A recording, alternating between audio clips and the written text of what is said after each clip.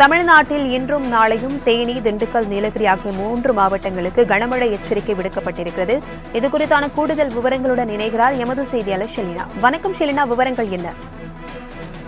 பிரபாவதி, கிழக்கு திசையின் காற்று வேகம் மாறுபாடு காரணமாக தமிழகத்தில் இன்றும் நாளையும் ஓரிரு இடங்களில் லேசானது முதல் மிதமான மழை பெய்யக்கூடும் என்றும் தேனி, திண்டுக்கல், நீலகிரி ஆகிய மாவட்டங்களில் கனமழை பெய்ய வாய்ப்பிருப்பதாக சென்னை வானிலை ஆய்வு மையம் தெரிவித்திருக்கிறது.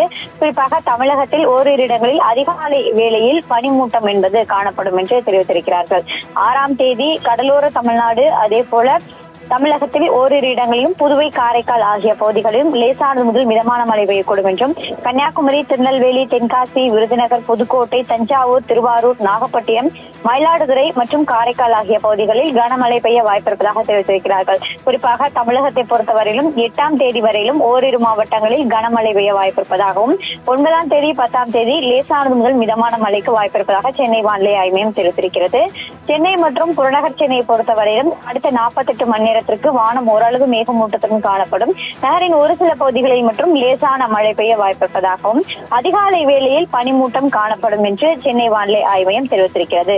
மீனவர்களுக்கான எச்சரிக்கை 4ஆம் தேதியிலிருந்து குறிப்பாக 7ஆம் தேதி வரையிலும் தமிழக கடலோர பகுதிகள், மன்னார் வளைகுடா, லட்சத்தீவு, அதே போல மத்திய கிழக்கு அரபிக்கடலோர பகுதிகள், தென்கிழக்கு அரபிக்கடலோர பகுதிகளுக்கு மீனவர்கள் யாரும் செல்லக்கூடாது என்ற எச்சரிக்கை விடுக்கப்பட்டிருக்கிறது. தகவல்களுக்கு நன்றி ஷெலினா.